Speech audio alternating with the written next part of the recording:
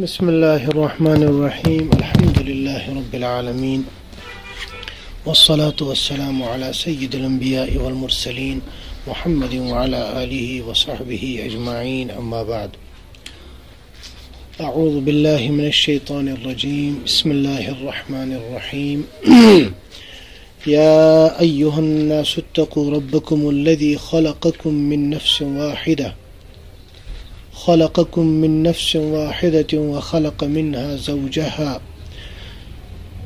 وخلق منها زوجها وبث منهما رجالا كثيرا ونساء واتقوا الله الذي تساءلون به والأرحام إن الله كان عليكم رقيبا صدق الله مولانا العظيم وصدق رسوله النبي الكريم ونحن على ذلك لمن الشاهدين والشاكرين والحمد لله رب العالمين اللهم صل على سيدنا محمد وعلى آل سيدنا محمد وأصحاب سيدنا محمد وبارك وسلم.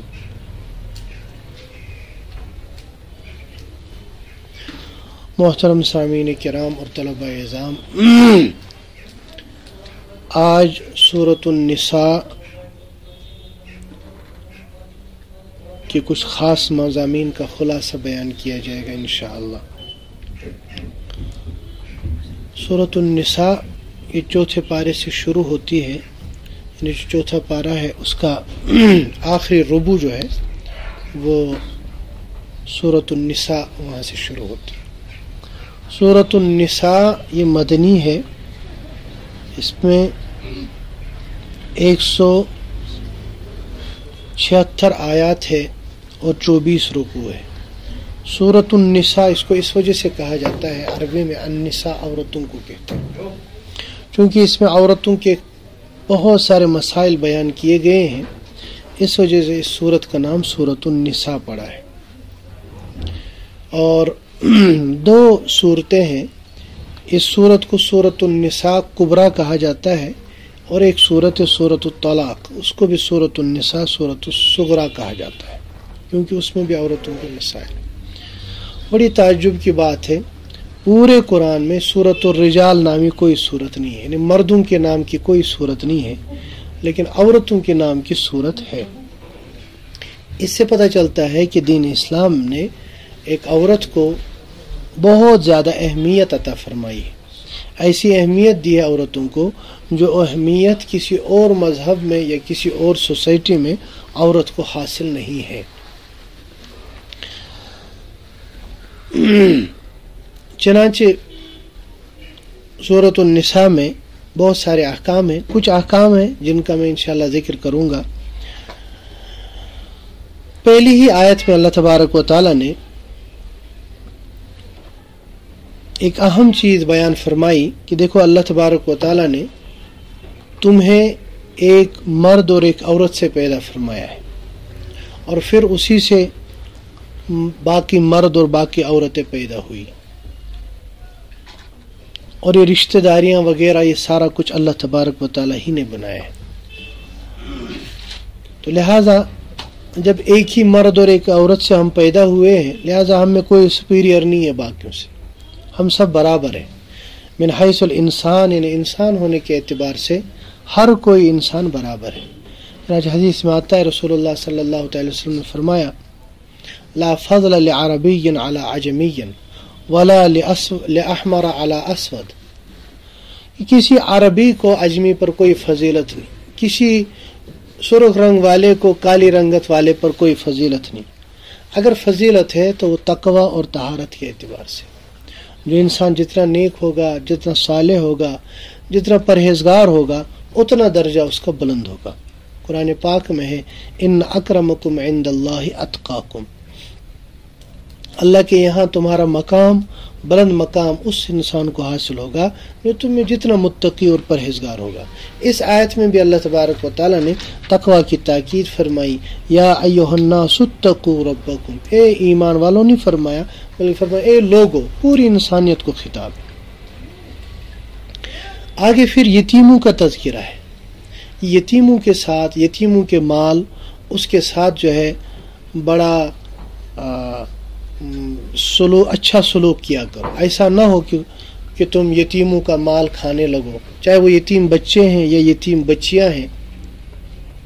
ہر صورت میں چاہے یتیم بچے ہیں یا یتیم بچیاں ہیں، ان کی وراثت ہرگز نہ کھاؤ، ان کا حق انہیں دے دو. وآتوا الیتامى اموالهم.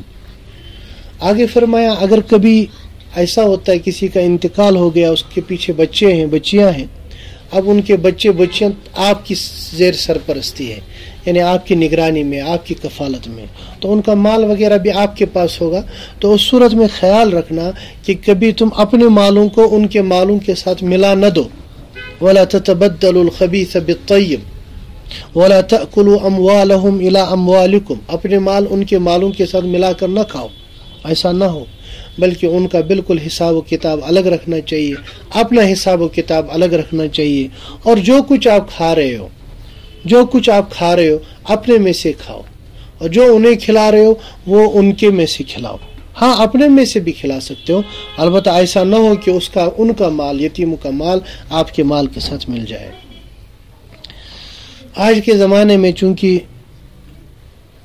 یتیموں کا بڑا استحصال ہوتا ہے،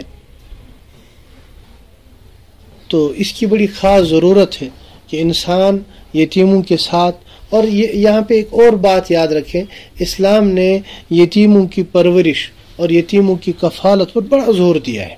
ایک حدیث سے پتہ چلتا ہے، رسول اللہ صلی اللہ علیہ وسلم نے فرمایا اگر کوئی بندہ کسی یتیم کی کفالت کرتا ہے، پرورش کرتا ہے، تو کل قیامت کے دن میں اور وہ ان 2 انگلیوں کی طرح ساتھ ساتھ ہوں گے، یعنی اتنا بڑا درجہ اس کو ہوگا. تو اس وجہ سے یتیموں کی کفالت اپنے گھروں میں ہونی چاہیے اپنے بچوں کی طرح. ہم نے یتیم ٹرسٹ کھولے، پھر پتہ نہیں کس طرح تربیت کیا ہوتی ہے. اصل اصول یہ ہے، اسلام کا نظریہ یہ ہے کہ ہمیں بچوں کو، یتیم بچوں کو اپنے گھروں میں رکھنا چاہیے. جس طرح ہم اپنے بچوں کی کفالت کرتے ہیں اس طرح یتیموں کی. چنانچہ بہت سارے علاقوں میں اب بھی یہ رواج ہے کہ وہ جہاں بھی کوئی یتیم بچہ ہوتا ہے 1-2 بچے اڈاپٹ کرتے ہیں، اپنے بچوں کے ساتھ ان کو بھی پالتے ہیں. آگے پھر نکاح کا تذکرہ فرمایا، تعدد ازواج کا تذکرہ فرمایا. عرب میں کیا ہوتا تھا، یا بلکہ پوری دنیا میں، صرف عرب میں نہیں تھا، پوری دنیا میں. اس کلچر کو سمجھے، پوری دنیا میں ایک کلچر تھا کہ جو جتنے عورتوں سے نکاح کرے کوئی پریشانی نہیں. آپ نے سنا ہوگا ہندوؤں کے یہاں 100 عورتوں سے نکاح کرنے کا تصور تھا، عربوں کے یہاں 10 20 عورتوں سے بیک وقت نکاح کرنے کا تصور تھا. لیکن اسلام نے فرمایا کہ نہیں، ایسا نہیں ہے، کھلی آزادی نہیں ہے کہ آپ جتنی عورتوں سے چاہو نکاح کر لو، پھر ان کے حقوق بھی تم ادا نہ کر سکو. میں زیادہ سے زیادہ اگر تم کرو تو بیک وقت صرف 4 عورتوں سے نکاح کر سکتے ہو. تو جو پہلے سے چلی آ رہی تھی ایک بالکل انار کی، بالکل یعنی کھلی ہوئی چھوٹ تھی، اس کو اسلام نے محدود کر دیا. ایک تو محدود کر دیا، اور محدود کرنے کے ساتھ ساتھ اسلام نے بڑا ایک زبردست ایک حکم بیان فرمایا کہ عدل کے ساتھ تمہیں ان کو رکھنا ہے. یعنی ایک بیوی، ایک عورت کے جتنے حقوق ہیں اسی طرح دوسری کے بھی ہیں، اور برابر حقوق ادا کرنے. اگر آپ حقوق ادا نہیں کر سکتے بالکل اجازت نہیں ہے. آگے فرمایا فَإِنْ خِفْتُمْ أَلَّا تَعْدِلُوا، اگر تم عدل نہیں کر سکتے فَوَاحِدَةً، تو ایک سے نکاح کر لو، ایک کے علاوہ پھر نکاح کرنے کی اجازت نہیں ہے.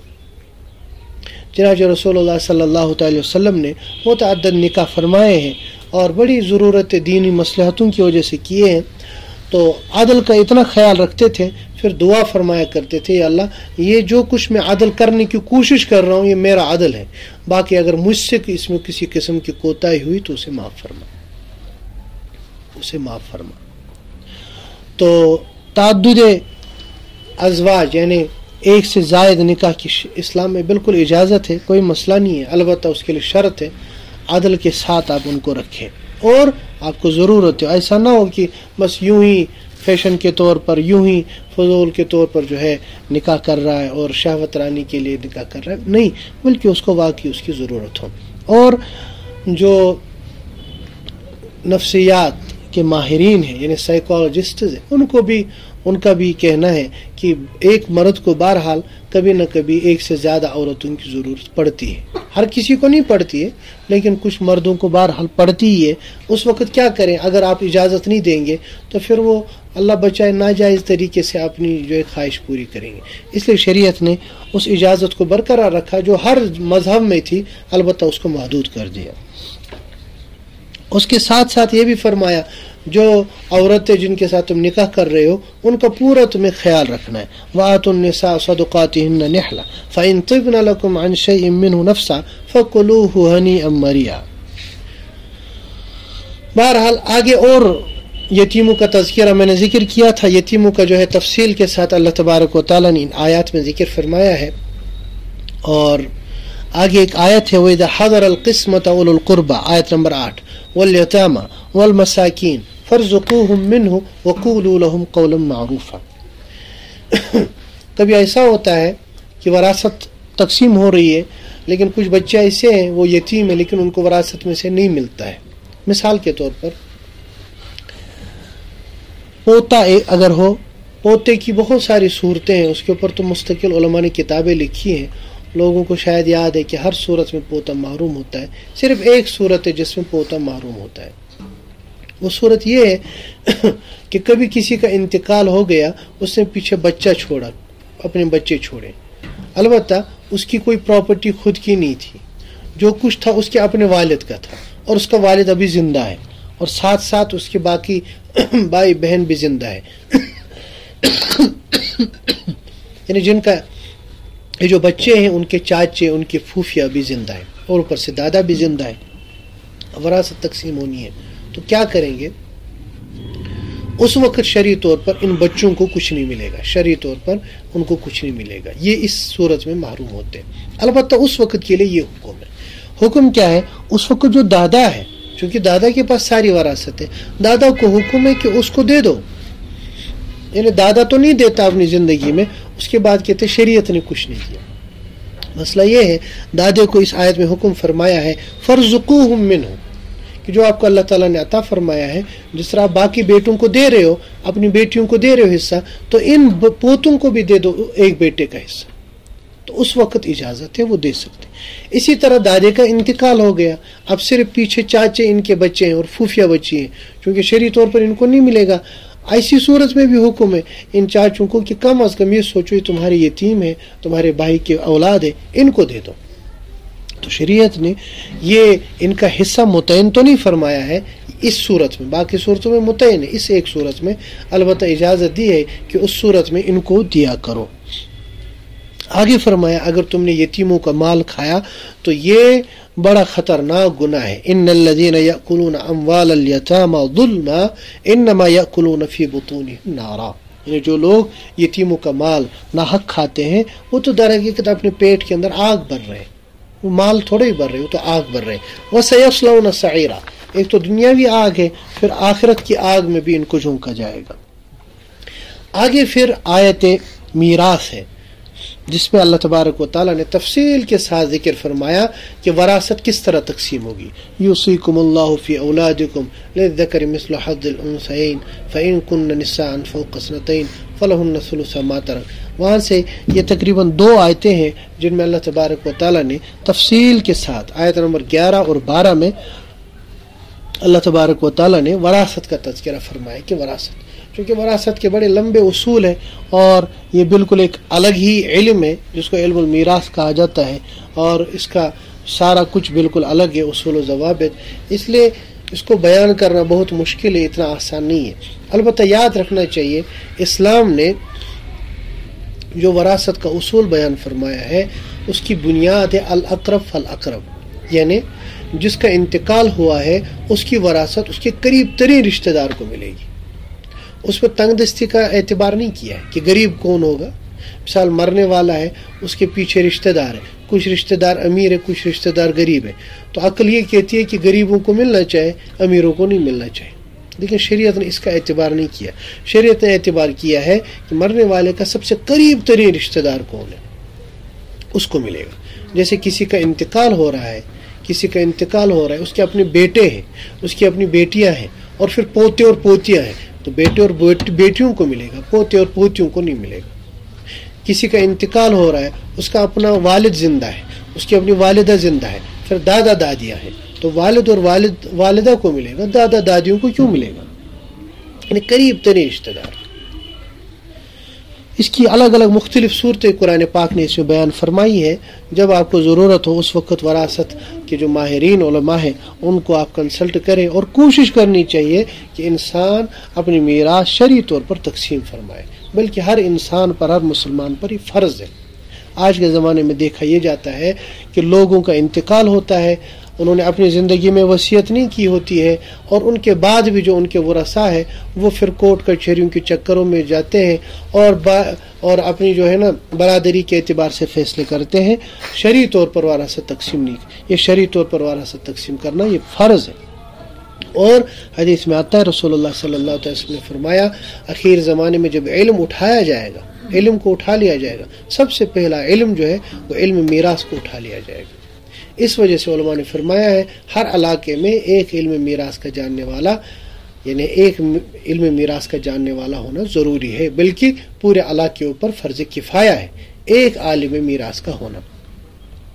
تو یہ تفصیل کے ساتھ اللہ تبارک و تعالیٰ نے اس کا ذکر فرمایا ہے۔ آگے آیت نمبر 17 ہے، اس میں اللہ تبارک و تعالیٰ نے توبہ کا ذکر فرمایا ہے۔ 18 میں بھی توبہ کا ذکر فرمایا ہے۔ اصل میں اس سے پہلے کچھ اگر عورتوں کی طرف سے فحش کام وغیرہ آ جائے اس کا ذکر ہے، البتہ اس کے بعد پھر توبوں کا تذکرہ ہے، کیونکہ آج رمضان مبارک توبہ کا سیزن ہے، اس لیے میں اس کی وضاحت بھی کرتا ہوں۔ فرمایا انما التوبۃ علی اللہ، توبہ قبول کرنا یہ اللہ تبارک و تعالیٰ نے اپنے اوپر لازم کر لیا۔ ان توبہ، بندوں کی توبہ کو قبول کرنا یہ اللہ تعالیٰ نے اپنے لیے، حالانکہ اللہ پر کوئی چیز لازم نہیں، آپ کسی چیز کو نہیں کہہ سکتے اللہ پر فرض ہے، اللہ پر لازم ہے، کیونکہ مکلف تو ہم ہیں، اللہ کا مکلف ہے۔ البتہ اللہ تبارک و تعالیٰ نے خود پر یعنی یہ دستور بنایا ہے کہ میں گنہگاروں کی توبہ قبول کرتا ہوں، لیکن فرمایا کن لوگوں کی؟ للذین یعملون السوء بجہالہ، جو گنہگار ہیں۔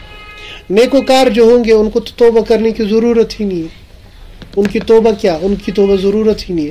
اللہ فرماتے جو گنہگار ہے اگر وہ توبہ کرے تو میں ان کی توبہ قبول کروں گا ضرور بالضرور۔ فرمایا اولئک یتوب اللہ علیہم، ان لوگوں کی توبہ اللہ تبارک و تعالیٰ قبول فرماتے ہیں۔ ہاں کوئی بندہ گناہوں میں لگا رہے، کفر میں لگا رہے، شرک میں لگا رہے، باقی چیزوں میں لگا رہے، مرتے دم تک، حتی اذا حضر احدہم الموت، موت حاضر ہو گئی، اب کہتا ہے تبت الآن، اب میں توبہ کرتا ہوں۔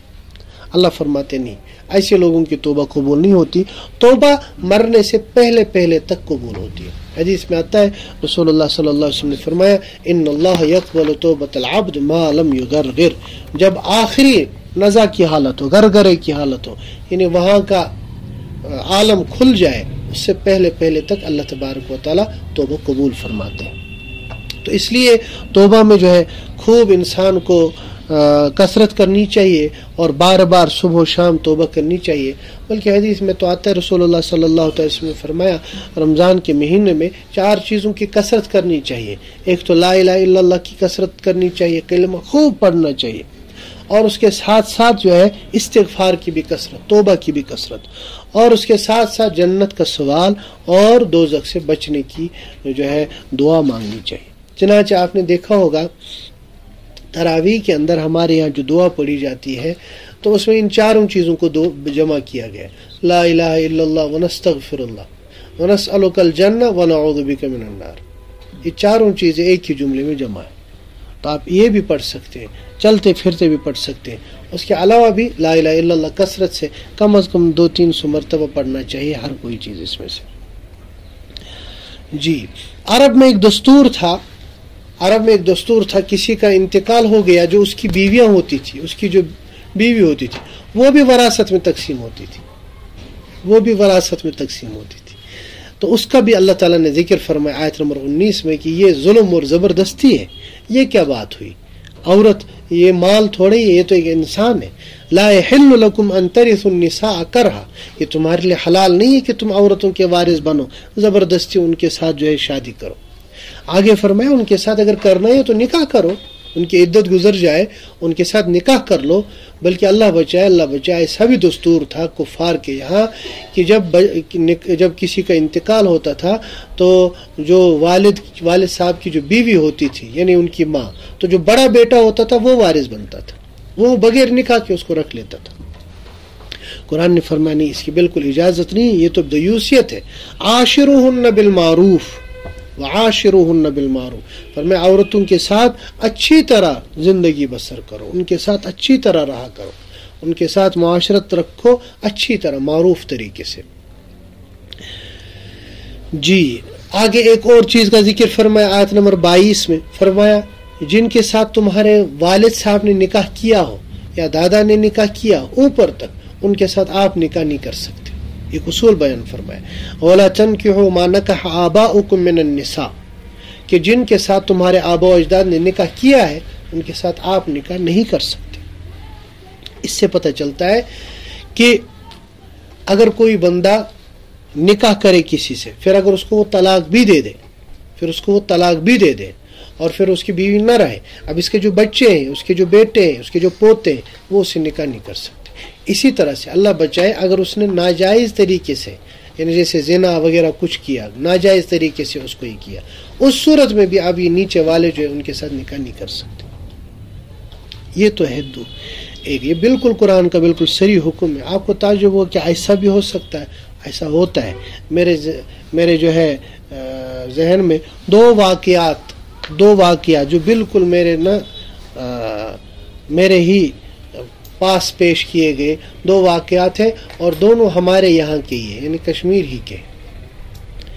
تو عجیب و غریب واقعہ، اللہ تبارک و تعالیٰ بچائے. ایک واقعہ ہے کہ ایک مرد ایک عورت کے ساتھ اس کا ناجائز تعلقات تھے، ہر کوئی چیز ہو چکی تھی، اللہ بچائے. اس کے بعد اس سے نکاح نہیں ہوا، نکاح اور ایک سے ہو گیا. نکاح کے بعد بھی ان کے تعلقات جاری رہے، اور پھر اس کے بعد اس عورت سے ایک بچی پیدا ہو گئی. وہ بچی جو ہے بڑی ہو گئی. وہ بچی جب بالغ ہو گئی تو وہ جو پہلا بدبخت تھا جس کا اس کی ماں کے ساتھ تعلقات تھے، اب اس نے اس کے ساتھ بھی تعلقات قائم کر لیے. اور اس کے بعد پھر وہ چاہتے تھے کہ ان کا نکاح ہو جائے، ان کا نکاح. پھر مجھے فون کیا مفتی صاحب اس طرح. میں نے کہا یہ تو سنسار کے لاگے، اس کو تو سر راہ پھانسی دینی چاہیے، اس کو تو کیا کہتے ہیں پتھر برسا کے مارنا چاہیے، اس کی تو یہ سزا ہے. اس کے بعد پتہ کیا کہتا ہے مفتی صاحب اسلام تو بڑا یعنی عدل والا دین ہے، اسلام تو ایسا دین ہے ویسا دین ہے، اسلام نے کوئی نہ کوئی صورت اس کی رکھی ہو. میں نے کہا رکھی ہے نا، تجھے لال چوک میں بلا کر وہاں پہ سنسار کیا جائے گا، یہ بس تیری یہ صورت رکھی. پھر اس کے بعد کچھ دنوں کے بعد پھر مجھے فون کیا. میں نے اس سے پھر بات نہیں کی، اور کوئی بیچ میں تھا وہ مجھ سے بات کر رہا تھا. اس نے جو ہے لایا اور کہا کہ کوئی ہے کسی علاقے کا باہر ہندوستان کا. اس نے جو ہے کہا کہ میں نے ان سے بات کی، انہوں نے کہا آپ نکاح کر سکتے. میں نے کہا آپ جانو وہ جانے، لیکن شریعت آپ کو اجازت نہیں دیتی. میں نے کہا قرآن میں یہی ہے وَلَا تَنْكِحُوا مَا نَكَحَ آبَاؤُكُم مِّنَ النِّسَاءِ إِلَّا مَا قَدْ سَلَفَ. یہ بالکل ریورس میں، اس طرح بھی جائز نہیں اس طرح بھی جائز نہیں، اور تمام مفسرین تمام فقہا کا اس پر اتفاق ہے. تو یہ ایسے واقعات ہوتے ہیں، اس لیے اس کی وضاحت کرنی پڑتی. بہرحال آگے آیت نمبر 23 میں اللہ تبارک و تعالیٰ نے ان عورتوں کا ذکر فرمایا جن کے ساتھ نکاح کرنا جائز نہیں ہے. 3 قسم کی عورتیں ہیں. ایک تو جو آپ کے خاندانی رشتہ دار عورتیں، بالکل قریب، ماں ہے، بہن ہے، بیٹی ہے، یہ سب، ان کے ساتھ پھوپھیاں ہیں، خالہ ہیں، ان کے ساتھ نکاح کرنا حرام ہے، ناجائز ہے. دوسرا ہے وہ عورتیں جو رضاعت سے آپ کے رشتہ دار بنی. مثال آپ نے کسی عورت کا دودھ پیا، آپ نے جس عورت کا دودھ پیا تو اس عورت کی جتنی بھی بیٹے بچیاں ہیں وہ سارے جو ہے وہ آپ کے بہن بھائی ہو گئے، تو ان کے ساتھ بھی آپ رشتہ نہیں کر سکتے. یعنی بالکل جس طرح اپنی ماں کے بچے آپ کے بہن بھائی ہوتے ہیں، بالکل اسی طرح جس کا آپ نے دودھ پیا ہے اس کے جو بچے ہیں وہ آپ کے بہن بھائی ہوئے. پھر اسی طرح نیچے تک ان کے پوتے وہ آپ کے جو ہے کیا کہو گے ان کے بھتیجا یہ سب چیزیں ہوئی. تو یہ دوسرا ہے. تیسرا ہے سسرالی رشتہ. جہاں آپ نے نکاح کیا تو جن کے ساتھ آپ کا نکاح ہوا ہے ان کی والدہ آپ کے اوپر ہمیشہ کے لیے حرام ہوگی، ان کی والدہ. اسی طرح سے اگر وہ کوئی بچی ساتھ لے کے آئی، اس کی پہلے شوہر سے کوئی بچی تھی، اس کو ربیبہ کہتے ہیں، تو وہ بھی آپ کے اوپر حرام ہو گئی. اسی طرح سے اس کی بہن کے ساتھ بھی آپ بیک وقت نکاح نہیں کر سکتے، اس کو کہتے ہیں جمع بین الاختین، اس کے ساتھ بھی نکاح نہیں کر سکتے. اچھا، اس میں اور ایک چیز یاد رکھیے، یعنی دو بہنوں سے آپ اکٹھا نکاح نہیں کر سکتے. اور یہاں ایسا بھی ہوتا ہے، میرے ذہن میں ایسے بھی لوگ ہیں جنہوں نے دو بہنوں کے ساتھ نکاح کیا، حالانکہ حرام ہے. ایک حدیث میں آتا ہے کہ ایک مرد نے ایسا کیا تھا تو رسول اللہ صلی اللہ علیہ وسلم نے ایک صحابی کو بھیجا، جھنڈا لے کر بھیجا، فرمایا اس کا سر قلم کر دو، اس کو قتل کر دو. اللہ تبارک و تعالیٰ نے جو چیز حرام کی ہے بالکل صراحت کے ساتھ، وہ اس کو حلال سمجھتا ہے. یہ جو دو بہنوں کو جمع کرنے کا مسئلہ ہے، اس میں اور بھی مسئلے ہیں. یعنی ہر ان دو عورتوں کو آپ نکاح میں نہیں لا سکتے ہیں. جو دو عورتیں آپس میں، اگر ان میں سے ایک کو مرد تصور کیا جائے دوسرے کو عورت، وہ نکاح نہ کریں، کر سکیں. دو عورتیں ان میں سے ایک کو مرد تصور کریں یعنی امیجن کریں ان میں سے ایک مرد ہے، تو پھر ان کا نکاح جائز نہ ہو، ان کو بھی آپ جمع نہیں کر سکتے نکاح. مثال کے طور پر آپ کی جو بیوی ہے، اس کی پھوپھی، حالانکہ وہ بہن نہیں ہے، لیکن کیا آپ کی بیوی آپ کی پھوپھی سے نکاح کر سکتی ہے اگر وہ ایک جینڈر میل ہو دوسرا فیمیل ہو؟ تو ہم ان کو جمع نہیں کر سکتے، یعنی ایک مرد ان دو کے ساتھ بیک وقت نکاح نہیں کر سکتے. اسی طرح بیوی اور اس کی خالہ، ان کے ساتھ نہیں کر سکتے. بیوی بانجی، بیوی اس کی بھتیجی، سمجھے، یہ سب اس میں آتا ہے. ان تجمعوا بین الاختین، دو بہنوں کے درمیان آپ جمع نہیں کر سکتے. تو یہ تین قسم کی عورتیں ہیں. ایک تو خاندانی رشتے کی وجہ سے جو حرام ہوتی ہے، دوسرا رضاعی رشتہ، دودھ پلانے کی وجہ سے، تیسرا دامادی رشتہ، سسرالی رشتہ، اس کی وجہ سے حرام ہوتی ہے. یہ تین قسم کی عورتوں کا تذکرہ کیا. اس کے بعد پانچواں پارہ شروع ہوتا ہے، والمحصنات من النساء الا ما ملكت ايمانكم كتاب الله عليكم وحل لكم ما وراء ذلكم. آگے اللہ تعالیٰ نے ذکر فرمایا، یہ تو تھی حرام عورتیں جن کے ساتھ نکاح نہیں کر سکتے. آگے وہ ہے جن کے ساتھ آپ نکاح کر سکتے. فرمایا ان کے علاوہ باقی جتنی بھی عورتیں ہیں ان کے ساتھ آپ نکاح کر سکتے. نہیں، تو دین کے باہر کہاں سے کر سکتے، وہ تو پیچھے آ گیا ہے. اس کے علاوہ یعنی رشتے کے اعتبار سے یہ شرط ہے مسلمان ہونا، یہ تو ظاہر سی بات ہے. اس لیے فرمایا وہ حل لکم، حلال ہے تمہارے لیے، ما وراء ذالک، ان عورتوں کے علاوہ جو کچھ بھی ہے. البتہ شرط ہے، تین شرطیں ہیں. ایک شرط تو یہ ہے کہ آپ ایجاب و قبول کرو، یعنی نکاح پہلے پڑھو، ان کے ساتھ نکاح کرو. اور نکاح میں تین شرطیں، ایک نکاح کے اندر ایجاب و قبول بھی ہو، اور اسی طرح سے گواہ بھی ہو، اور اسی طرح سے جو ہے مہر بھی آپ رکھیں. اور ایک شرط یہ بھی ہے کہ آپ نکاح کر کے پاک دامن زندگی گزارنا چاہتے ہو. ایسا نہ ہو کہ آپ کا مقصود شہوت رانی ہو. نکاح کا مقصد کیا ہونا چاہیے کہ ہم عفت اور پاک دامنی کے ساتھ زندگی گزارنا چاہتے ہیں. ہم رسول اللہ صلی اللہ علیہ وسلم کی سنت کو پورا کرنے کے لیے نکاح کر رہے ہیں. ہم اس لیے نکاح کر رہے ہیں تاکہ اللہ تبارک و تعالی ہمیں نیک صالح اولاد عطا فرمائے اور ہم ان کی پھر تربیت صحیح کریں. یہ سب نیتیں ہونی چاہیے نکاح کے اندر. جی آگے پھر اس کے بعد والی جو آیت ہے، آیت نمبر 25، اس میں یہ ذکر کیا گیا ہے کہ دیکھو، اب اگر تم عورت سے یعنی آزاد عورت سے نکاح نہیں کر سکتی ہو تو باندی سے ہی کر لو. وَمَن لَّمْ يَسْتَطِعْ مِنكُمْ طَوْلًا أَن يَنكِحَ الْمُحْصَنَاتِ الْمُؤْمِنَاتِ فَمِمَّا مَلَكَتْ أَيْمَانُكُم مِّن فَتَيَاتِكُمُ الْمُؤْمِنَاتِ. کیونکہ یہ بار بار آتا رہتا ہے مضمون، اس لیے میں نے اس کو بھی تھوڑا چھیڑا. یہ جو سلیو سسٹم تھا، یعنی باندیوں کے ساتھ نکاح کرنا، یاد رکھنا چاہیے یہ اسلام نے نہیں دیا ہے. بہت سارے لوگ سوچتے اسلام میں باندیوں کے ساتھ، سلیوز کے ساتھ نکاح کرنا یہ ہے، غلام کسی انسان کو رکھنا ہی. یاد رکھنا چاہیے جب آپ تاریخ پڑھیں گے پوری ورلڈ ہسٹری، تو یہ اسلام سے ہزاروں سال پہلے سے چلا آ رہا تھا. یہ جو بڑی پرانی ہسٹری ہے دنیا میں، بیبلون کی ہسٹری، تو بیبلون کی ہسٹری میں ایک واقعہ آتا ہے. بڑا ایک بادشاہ تھا بخت نصر. وہ جو بخت نصر تھا، اس نے جو ہے وہ وہیں کا بادشاہ تھا. اس نے اس زمانے میں، یہ اسلام سے تقریباً کئی ہزار سال پہلے کی بات ہے، اس نے اس زمانے میں جو بیت المقدس کے رہنے والے لوگ تھے، وہاں اس نے ان کو قتل کر دیا اور ان کے بچوں کو اور ان کی بچیوں کو ان کی عورتوں کو لے کر ان کو غلام بنایا، سلیو بنایا۔ تو ہر زمانے میں تھا اور ہر جگہ تھا۔ غلام کا تصور کیا تھا؟ اسلام سے پہلے غلام کو انسان نہیں سمجھا جاتا تھا، اس کو تو ایک چیز سمجھا جاتا تھا۔ عجیب عجیب واقعات ہیں جو کتابوں میں نقل کیے گئے۔ پھر جب اسلام آیا تو اسلام نے غلام کو سب سے پہلے تو انسانیت کا درجہ دیا کہ بھئی یہ انسان ہے، اور اس کے بعد فرمایا اسلام نے کہ یہ انسان ہی نہیں ہے بلکہ معاشرے کا ایک معزز فرد ہے، اور اتنے احکام بیان فرمائے کہ بہت سارے غلام ایسے تھے کہ انہوں نے غلامی میں رہنے کو پسند فرمایا، آزادی کو پسند نہیں فرمایا۔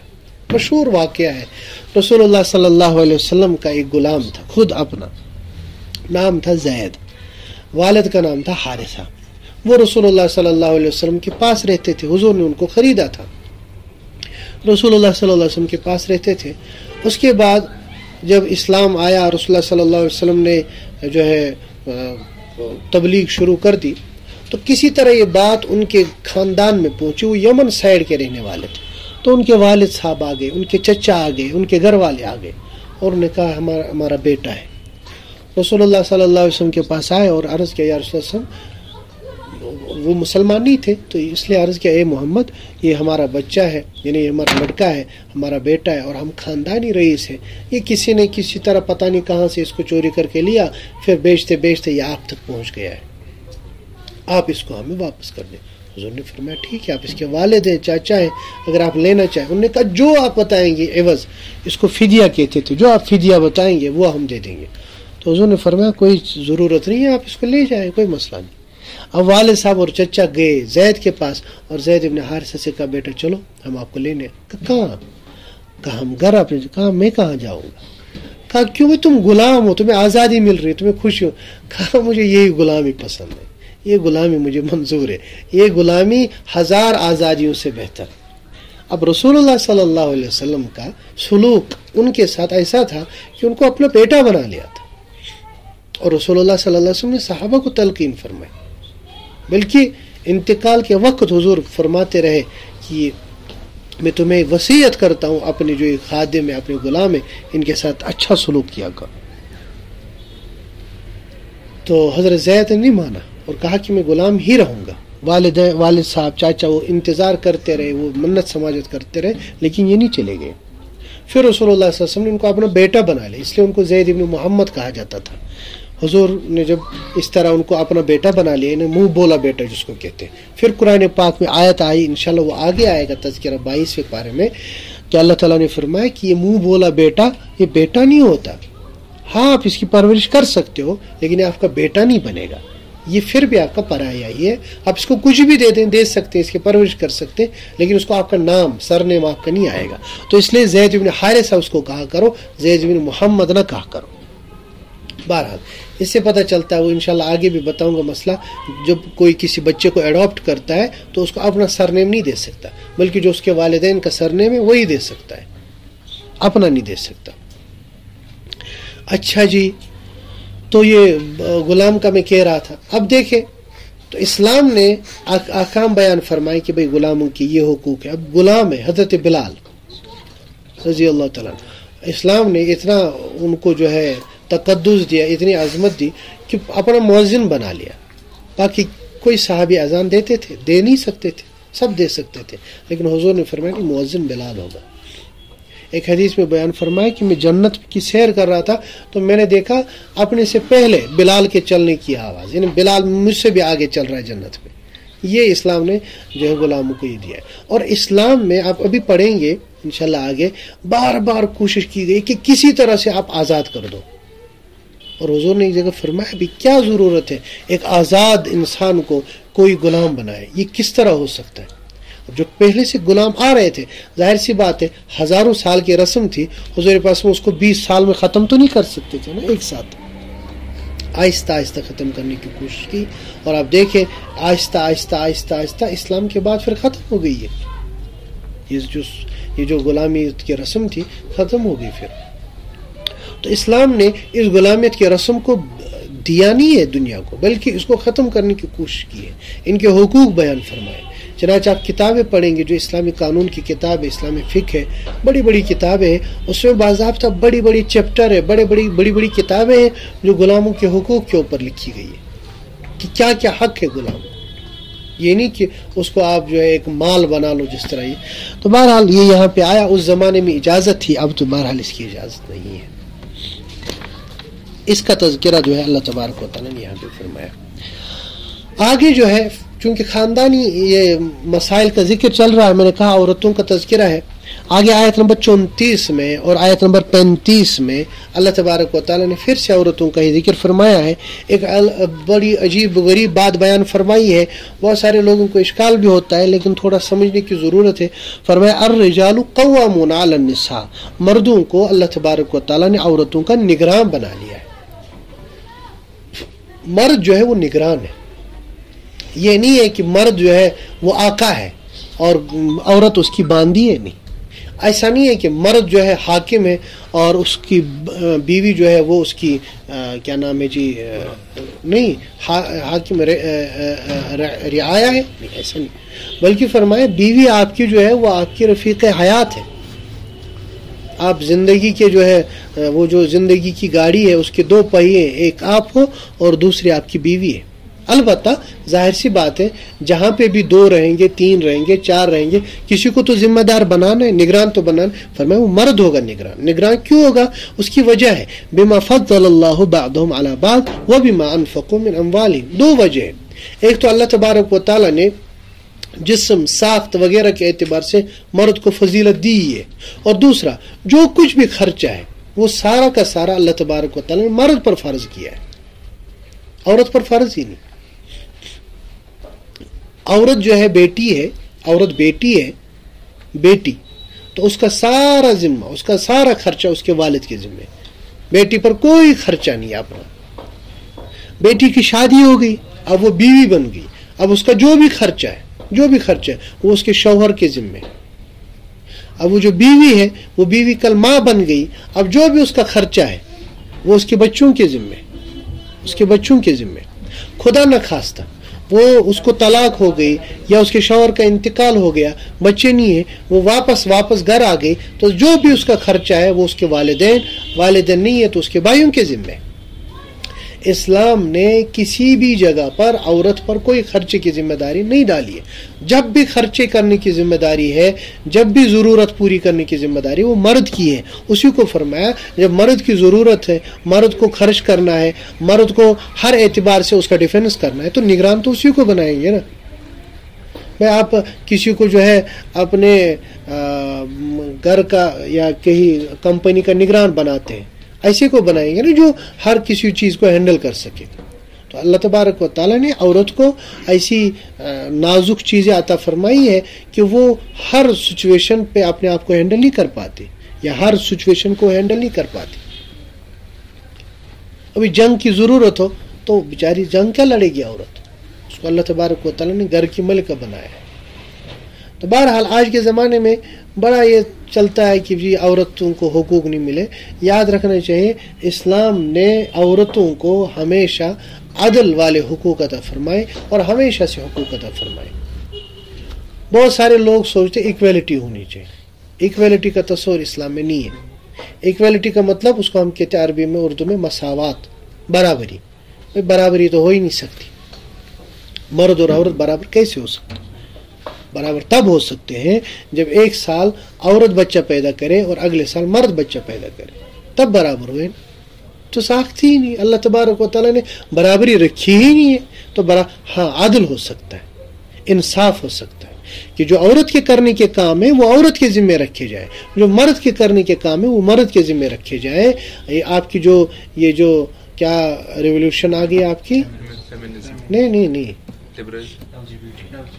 یار، وہ تو زیادہ یہ انڈسٹریل ریولوشن جب آ گئی تو چونکہ یورپ میں بڑی 2 جنگیں ہوئی تھی، پہلی جنگ پھر دوسری جنگ عظیم اور first world war, second world war, تو وہاں مرد ختم ہو چکے تھے. انہوں نے کیا کیا؟ انہوں نے عورتوں کو گھروں سے نکال کر انڈسٹریوں میں لایا، فیکٹریوں میں لایا، دکانوں پہ لایا، ڈرائیونگ سیٹوں پہ بٹھا دیا اور اسی طرح لا کے مزدوری پہ لگا دیا. اسلام نے یہ نہیں کہا، اور کہا کہ بھائی تمہیں ہم برابر حقوق دے رہے ہیں۔ اب دیکھو حقوق کتنے برابر دیے، کمائے گا مرد بھی، کمائے گی عورت بھی، کمانا دونوں کا ہے، لیکن بچہ کرے گا صرف عورت پیدا، یعنی عورت پیدا کرے گی بچہ، مرد بچہ پیدا نہیں کرے گی۔ بچے کی تربیت کرنی ہے وہ عورت کرے گی، مرد نہیں کرے گا۔ بچے کو دودھ پلانا ہے وہ عورت پلائے گی، مرد نہیں پلائے گا۔ اب دیکھو کیسا مرد ہے۔ اور یہ ہے یورپ نے یہ آزادی دی ہے ان کو۔ یہ آزادی نہیں ہے، بلکہ تو ہمیشہ کی زنجیروں میں جکڑ دیا ہے۔ ہمارے یہاں یہ جو ایشیا کے لوگ ہیں ان کو یورپ کی چیزیں پتہ چلتی ہیں، لیکن کب ان کو سمجھ میں آتا ہے؟ 100 سال 200 سال گزرنے کے بعد، تب تک نہیں پتہ چلتا۔ تو یہ آج کے زمانے میں بڑے نعرے ہیں جو عورتوں کو حقوق، عورتوں کے حقوق، عورتوں کو حقوق اسلام نے جو دیے ہیں، اگر آج کے مرد وہ ان کو حقوق دے دے، ان کے حقوق دے دے، ہر مرد اپنی بیوی کو رفیق حیات سمجھے، اس کو یہ نہ سمجھے کہ یہ میری جو ہے جوتی ہے، اس کو یہ نہ سمجھے نعوذ باللہ یہ میری باندی ہے، یہ میری جو ہے غلام ہے، یہ سمجھے کہ یہ میرے شریک حیات ہے، میرے رفیق حیات ہے، یہ میرے بچوں کی ماں ہے، اور ایک بچہ سمجھے یہ میری ماں ہے، اس کے قدموں کے نیچے میری جنت ہے، اور میری بچیاں ہیں، ان کی میں نے صحیح تربیت کی تو رسول اللہ صلی اللہ علیہ وسلم نے جنت کی بشارت دی ہے۔ اگر یہ کوئی انسان سمجھے گا پھر اس کو کبھی کوئی اشکال نہیں رہے گا۔ بہرحال ازدواجی زندگی میں، یعنی جو میاں بیوی کی آپس کی زندگی ہے، اس میں اتار چڑھاؤ ہوتے رہتے ہیں، تلخیاں ہوتی ہے، آپس میں جو ہے لڑائیاں ہوتی ہیں، آپس میں مزاج کی تبدیلیاں بھی ہوتی ہیں۔ ایسی حالت میں کیا ہوا، اگر کبھی عورت نے گڑبڑ کر دی، عورت کو کیا ہوتا ہے کہ موڈ ہی کبھی ایسا ہو جاتا ہے، جو شادی شدہ ہے ان بیچارے سمجھ رہے ہوں گے، اور جو عورتیں ہوں گی وہ سوچے یہ مولوی خراب ہے۔ ہوتا ہے عورتوں کا مزاج ہی ایسا ہوتا ہے۔ تو اگر کبھی ایسا ہو جائے کہ مرد اور عورت کے درمیان آپس میں لڑائی کی نوبت آ جائے، تو اس صورت میں قرآن پاک نے حکم بیان فرمایا کہ فوراً ہی نہیں طلاق، فوراً نہیں کھلا، فوراً ہی نہیں، بلکہ کم از کم 5-6 مراحل، 4-5 مراحل اس سے گزرنا پڑے گا۔ واللاتی تخافون نشوزہن، اسی آیت میں فرمایا فعظوہن، اگر کبھی تمہیں لگا عورت نافرمانی کر رہے ہے، یہ گڑبڑ کر رہی ہے، نصیحت کرو، اس کو نصیحت کرو، سمجھاؤ، سمجھانے کے بعد وہجروہن، اگر وہ بھی نہ مانے تو اس کے بعد اس کو کہو بھائی آپ الگ سو جاؤ، مرد الگ سوئے گا، بستر الگ کر دو۔ اگر پھر بھی نہ مانے تو اس کے بعد آپ کو ہاتھ اٹھانے کی بھی اجازت ہے، لیکن فرمایا کہ وہ صرف کس لیے؟ ادب کے لیے، ایسا نہ ہو کہ لاکھ کھیلو تمیز بچائے، نہیں، ایسا یہ اجازت نہیں۔ ایسی مار عورت کو مارنا اللہ بچائے جس کی وجہ سے اس کو جو ہے جسم جو ہے یعنی نشان پڑ جائے، ہڈی ٹوٹ جائے، تو بالکل حرام ہے۔ ہاں یہ حدیث میں آتا ہے لا ترفع عصاک عنہم ادبا، ہمیشہ روب کے ساتھ، یعنی جہاں پہ ضرورت پڑے، ایسا نہیں کہ ہمیشہ وہ ہٹلر کی طرح آئے گھر میں، نہیں، ایسا نہیں ہے۔ حدیث پاک میں آتا ہے رسول اللہ صلی اللہ علیہ وسلم کی گھریلو زندگی ایسی تھی، جب رسول اللہ صلی اللہ علیہ وسلم گھر میں انٹر کرتے تھے بالکل خوش مزاجی کے ساتھ، مسکراتے چہرے کے ساتھ۔ ایک دفعہ کوئی بڑا خطرناک مسئلہ ہوا تھا، حضور موڈ کے ساتھ اندر چلے گئے، تو حضرت خدیجۃ الکبریٰ رضی اللہ تعالیٰ عنہا تھی، انہوں نے عرض کیا یا رسول اللہ خیریت، آپ تو خلاف معمول اندر داخل ہو گئے۔ فرمایا کیوں؟ فرمایا آپ جب بھی آتے تھے مسکراہٹ کے ساتھ آتے تھے، آج تو آپ بڑے، تو حضور نے فرمایا ہاں اس طرح ہوا تھا۔ پھر حضور باہر نکلے، پھر واپس آئے اور اپنی جو معمول تھا مسکراہٹ کے ساتھ اور دل لگی کے ساتھ داخل ہو۔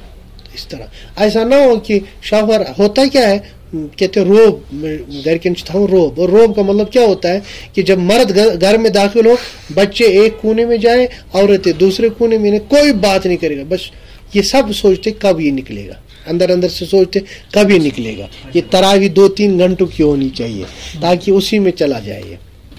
اللہ بچائے، ایسا نہیں ہے، مطلب محبت کا روب ہونا چاہیے، جیسے استاد کا روب ہوتا ہے محبت کا روب، والد کا روب بھی محبت والا روب ہونا چاہیے، پیغمبر کا روب بھی محبت والا روب ہوتا تھا۔ آگے فرمایا اگر پھر بھی گڑبڑ ہو، پھر بھی اس سے ٹھیک نہ ہو جائے، پھر کیا کرو؟ لڑکی والے اپنی طرف سے کچھ لوگوں کو بلائے جو اچھے لوگ، حکم جس کو کہتے ہیں، اور اسی طرح سے عورت یہ لڑکے والے بھی، پھر وہ آپس میں بیٹھے اور بیٹھنے کے بعد مسئلے کو سارٹ آؤٹ کرنے کی کوشش کرے۔ قرآن فرماتا ہے ان یریدا اصلاحا یوفق اللہ بینہما، اگر یہ حکم حضرات یعنی زٹھ جو بڑے بڑے لوگ ہوتے خاندانوں کے، اگر ان کا ارادہ آپس میں یہ تھا، اگر ان کی دل کی چاہت تھی کہ ہم اس رشتے کو آگے بڑھائیں گے، اللہ تعالیٰ توفیق بھی دے دے گا۔ اگر انہی کے من میں کھوٹ تھا پھر تو وہ جو تھا وہ بھی ختم ہو جائے گا۔ اس لیے کوشش کرنی چاہیے ایسے موقع پر ہمیشہ ایسے لوگ۔ ہمارے یہاں ہوتا کیا ہے، مسئلہ اگر ایسا ہو گیا تو علماء کے پاس نہیں جاتے، عالم کے پاس نہیں جاتے، طلاق ہونے کے بعد آتے ہیں ہمارے پاس۔ ہوگی نا طلاق، اب آئیں گے علماء۔ اب علماء کیا کریں گے؟ ون یوزیت واٹ، وہ قبر لگ واٹ، پھر واٹ کیا لگ جاتا۔ ہونا یہ چاہیے، اللہ بچائے کبھی گڑبڑ ہو جائے، شقاق پیدا ہو جائے آپس میں پھوٹ، بس اس وقت فوراً اپنے خاندان کے جو اچھے لوگ ہیں، نیک لوگ ہیں، ان کے پاس جایا جائے، یا اسی طرح علماء کے پاس۔ ہمارے یہاں اللہ بچائے ہوتا کیا ہے، اپنے یہاں کے جو سرپنچ ہوتے ہیں، جو سب سے ناکارہ اور نکمے لوگ ہوتے ہیں ہمارے معاشرے کے، اسی طرح سے جو اپنے علاقے کے جو کمیٹی ہوگی، کون سی کمیٹی؟ مسجد کمیٹی۔ ویسے مسجد کمیٹیاں بھی اب فاسق فاجروں پر مشتمل ہے، وہ بھی نیک لوگ کہاں ہوتے ہیں؟ تو بہرحال ہر علاقے میں، ہر محلے میں نیک لوگ تو ہوتے ہی ہیں، اللہ کا فضل ہے، دیندار بھی ہوتے ہیں، نیک لوگ بھی ہوتے ہیں، شریف لوگ بھی ہوتے ہیں، تو کم از کم ان کے پاس۔ ہمارے یہاں اب پتہ نہیں ہمارے علاقے کا کوئی سن رہا ہوگا تو اس کو سمجھ میں آئے گا، تو نہیں سن رہا ہوگا تو پھر اچھی بات ہے۔ ایک جگہ مسجد کمیٹی بنانی تھی، مسجد کی کمیٹی، بڑی مسجد ہے، کمیٹی بنانی تھی، تو مجھے بھی پتا، میں نے کہا ٹھیک ہے اچھی بات ہے کمیٹی بناؤ۔ میں نے کہا بھائی کرائٹیریا یہ ہونا چاہیے کہ کم از کم 5 وقت کا نمازی ہو، 5 وقت کا نمازی ہو، اسی طرح سے جو ہے اس کی معاشرت ٹھیک ہو، با اخلاق انسان ہو، کم از کم حلیہ بھی ٹھیک ہو، تو تب جا کر اس کو مسجد کا کوئی بھی عہدہ دیا جائے۔ اب کمیٹی بن گئی، اس کے بعد انہوں نے کہا وہ فلاں 2 بندوں کو رکھیں گے۔ میں نے کہا ان کو کیوں رکھنا ہے؟ کہا ضروری ہے، ضروری۔ میں نے کہا کیوں ضروری ہے؟ منشا سا لڑائی وڑائی 3 لگا۔ اب بتاؤ، ارے اللہ کے بدو، لڑائی کے لیے کمیٹی بنا رہے ہو؟ یعنی کہنے کا مطلب یہ ہے کہ ہمارے یہاں کمیٹی بنانے کا تصور یہ ہوتا ہے کل فیصلے کرنے، لڑائی کرنی ہے، اور ایسے لوگوں کے بارے میں کہہ رہے ہیں جو کبھی مسجد ہی نہیں آتے۔ تو ایسا نہیں ہونا چاہیے۔ قرآن نے فرمایا حکم ایسے ہوں جو اصلاح چاہتے ہوں، جو درستگی چاہتے ہو، جو چاہتے ہو کہ ان کو آپس میں جو ہے یہ تنازع ختم ہو جائے۔ اگر ایسے ہیں یوفق اللہ بینہما، اللہ تبارک و تعالیٰ ان کو توفیق عطا فرمائیں گے۔ جی آگے پھر اور بھی باقی مسائل ہیں، چنانچہ آگے اللہ تبارک و تعالیٰ نے آیت نمبر 43 میں، سورۃ النساء آیت نمبر 43 میں تیمم کا مسئلہ، وضو کا مسئلہ بیان فرمایا ہے کہ دیکھیں اگر آپ کو نماز پڑھنی ہے، اگر آپ کو جو ہے قرآن پڑھنا ہے، کم از کم باوضو آپ ہونے چاہیے، غسل کی حالت نہیں ہونی چاہیے، جنابت کی حالت نہیں ہونی چاہیے۔ اسی طرح سے اگر کبھی پانی نہ ہو تو اس صورت میں آپ تیمم کر سکتے ہیں۔ تیمم کیا ہوتا ہے؟ پاک صاف زمین ہو یا پاک صاف مٹی ہو آپ کے پاس، اس کے اوپر آپ کو 2 مرتبہ ہاتھ، یعنی پہلی مرتبہ یوں آپ نے ہاتھ ڈالا، اس کے بعد اس کو جھاڑا، جھاڑنے کے بعد پورے چہرے کے اوپر مل لیا ایک دفعہ، اس کے بعد دوبارہ ہاتھ اس پہ مارا مٹی پر، چاہے زمین ہو پاک یا مٹی آپ کے پاس، چاہے لفافے میں مٹی ہو، کہیں بھی مٹی ہو، اس پہ ڈالا دوبارہ، تو اس کے بعد ایک ہاتھ سے دائیں پوری بازو کو پھیرا اور دائیں ہاتھ کا بائیں بازو پہ پھیرا، اس کو تیمم کہا جاتا ہے۔ اس سے انسان بالکل اسی طرح پاک ہوتا ہے جس طرح وضو اور غسل سے پاک ہوتا ہے۔ تیمم کب کر سکتا ہے؟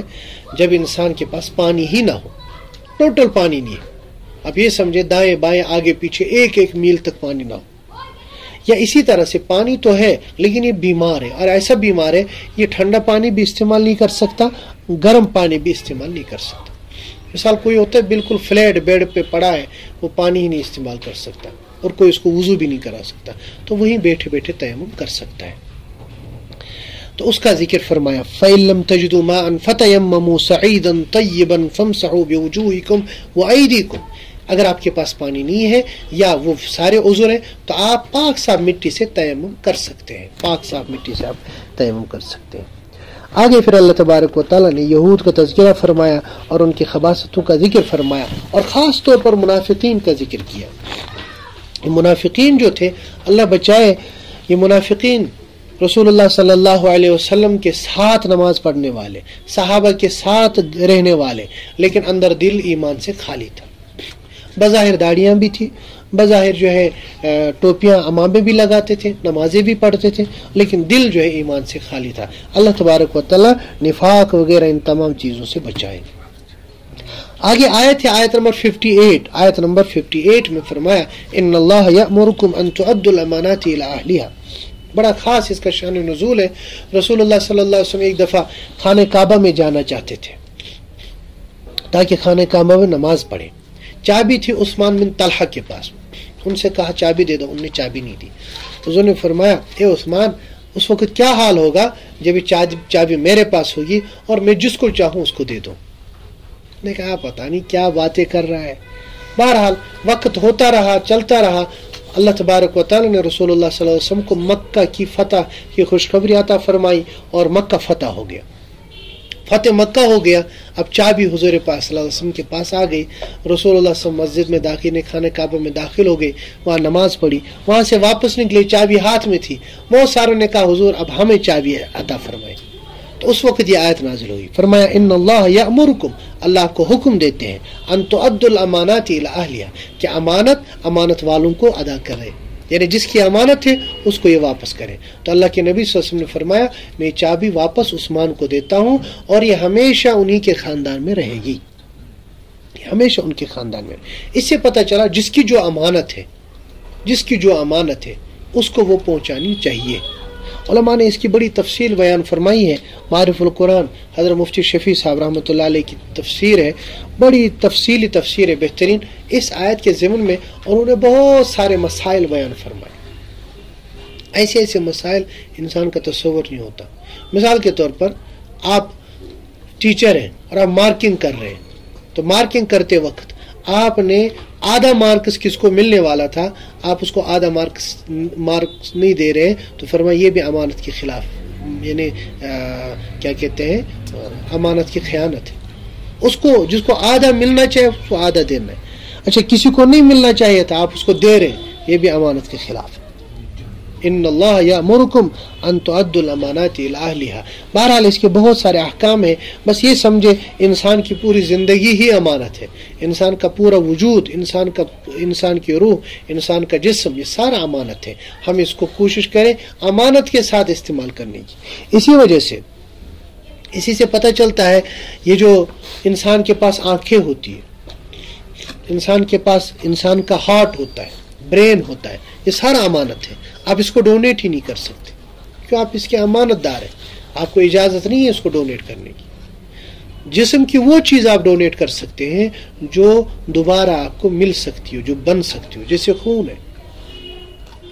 اسی طرح سے کوئی عورت کسی دوسرے کو دودھ پلائے، یعنی کسی بچے دوسرے کو، چونکہ وہ دوبارہ بنے گا اس لیے اجازت ہے، ورنہ اجازت نہیں ہے۔ باقی گردے کی بھی اجازت ہے کیونکہ وہ بھی بنتا ہے۔ آگے فرمایا آیت نمبر 59 میں، یا ایھا الذین آمنوا اطیعوا اللہ واطیعوا الرسول واولی الامر منکم، اے ایمان والو اللہ کی اطاعت کرو، رسول کی اطاعت کرو اور اولو الامر کی اطاعت کرو۔ تین چیزوں کا حکم فرمایا، اللہ کی اطاعت، پیغمبر کی اطاعت، اولو الامر۔ اولو الامر کا مطلب کیا ہے؟ فقہا۔ اولو الامر میں دو لوگ مفسرین نے شمار کیے، ایک تو جو حکمران ہے اور دوسرے فقہا، لیکن حکمرانوں کے لیے شرط یہ کہ وہ علماء ہوں۔ اب ظاہر سے بات ہوا نا ایک ہی کہ فقہا جو ہو، جن کو اللہ تبارک و تعالی نے دین کی فقاہت، دین کی بصیرت عطا فرمائی ہو۔ اب دیکھیں تین کا ذکر کیوں فرمایا؟